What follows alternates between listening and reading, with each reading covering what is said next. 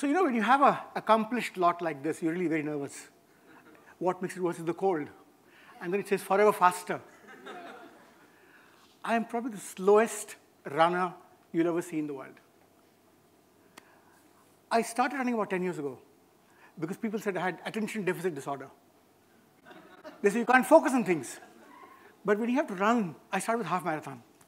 But when you had to run 21 kilometers, you can't afford to have attention deficit disorder. You just have to run. So I tried all that Venkat Pichmuni talked about. They said, how do you get faster?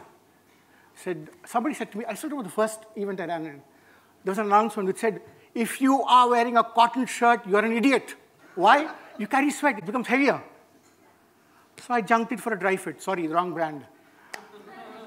Then I said, okay, that doesn't work. Somebody said, heavy shoes. No, go for minimals. I started running in minimals. Vibrams, I ran Vibrams. That too didn't work. Then I said, what do I do? They said, I'm not good because I'm fat. I saw fat people going faster than me. Then I said, I must be old. Older people, even Forja Singh overtook me. So what do you do after that? Then I said, maybe it's because being good in academics, I went Yale, right? So, and athleticism doesn't go together. Until one fine day, my wife, while cleaning the house, found my school mark sheets. And after that, I had nothing to stand on. You know what the marks were like. So when you're really that bad, what do you do? How do you stay motivated? So I said, if I can't finish first, can I at least finish last? Because think about it. Finishing first is very difficult. Finishing last is also difficult. And you know what's worse? If you finish first, the whole world knows about it. If you finish last, you don't even know until the next day. I mean, how difficult can it actually get? Think about it. See, isn't it true?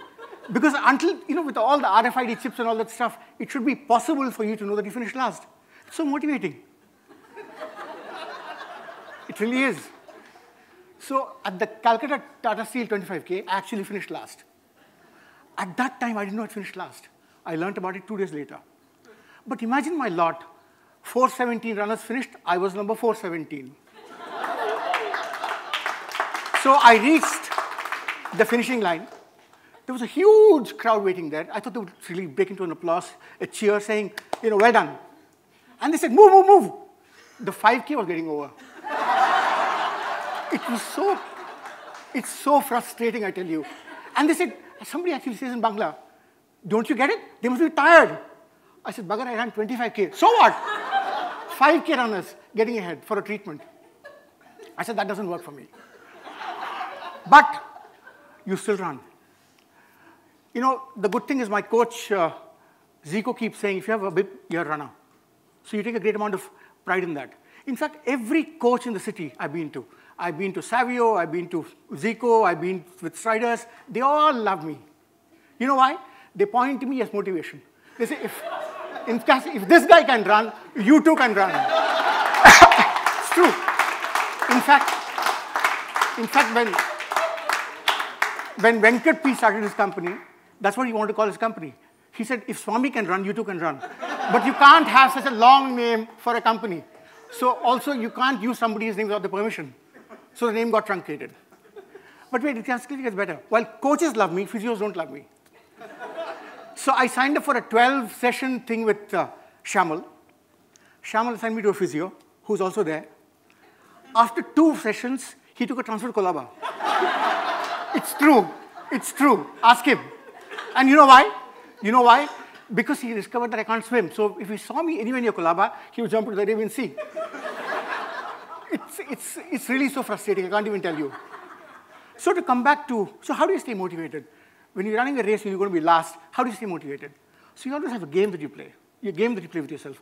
So in the Calcutta 25K, I decided to look at the rumps. People going past me, you look at the rump. And start thinking of the lessons in geometry you had when you were in school. Shapes, square, oblong, ellipsoidal, spherical. You start looking at rumps. But the most amazing thing, I even spotted a rhombus. You know what a rhombus is? But this rhombus rump was well-rounded. So it was a rounded rhombus kind of thing. I think it's fun. It's really fun playing games with these shapes while actually getting through this whole thing. But you actually don't feel bad about it. You don't feel bad about finishing late or finishing last. The greatest marathon runner we had in this country was Swaminathan Singh. You know him, right? You've heard of him. In 1976, he actually ran with the top, with the best runners till about the 32K mark, where he actually flagged. He finished 11th. In 1980, the Moscow Olympics, which was the first Olympics telecast on Indian television, he actually didn't even finish. But till today, the fastest Indian runner was actually Swaminathan Singh. So then how do you cope with it? People make fun of you. So when you're running the Bombay Marathon, people say, "Arey, uncle, if you run any slower, you will become first in the next race." What do? You have to put up with it. So cops make fun of you. Cops say, "Hey, za, za, za, za, za. You have to go home." It's actually tough. But the beauty of the whole thing is, Procam loves me because I give them customer feedback. I know when the last guy has opened the bottle of water. I know whether the stations are functioning. So, this mystery shopping that actually happens in banks, where they send customers to figure out where things are working out, I think Procam should actually look at it from me, because I can actually give them a lot of feedback. It actually works. But there are some other sides to it. So how slow am I? So somebody actually said, if I run any slower, stopwatches, which have hours and minutes, should also have days. Because honestly, as somebody said, I leave home yesterday and come back home tomorrow. That's how slow I am. But doesn't matter. There's a very simple way to deal with the speedsters. And I think I'll end with that, because my first marathon, which I ran about 5 years ago, I ran because I wanted to complete my first marathon before I turned 50. I was 48. So a friend of mine came to me and said, "What if we die next year? What if we die before the race?" So I died. He said, "At least bhag ke to karo." "Theek hai, bhagta hu." So I registered and I ran. So at the holding area, so all these runners were standing there. So somebody said, "Arey, kya time?" "Arey, boss, training this year is very, very good. I think I'll do a sub-3. Somebody said that. So I'm listening. Sub-3. Then the next guy. "Arey, travel's too much. Travel's killing me. Training's gone for a toss. I think I'll be happy to do a 3:30. Then somebody says, yeah, that 3:30 is fine. But you know what? Last year you did 3:30. So kuch karna. I'll pace you." Very thrilled. Then the next guy, he said, "Bad situation. I'm running a fever. It's a miracle I actually came. 4. So my turn came. I said 2:30.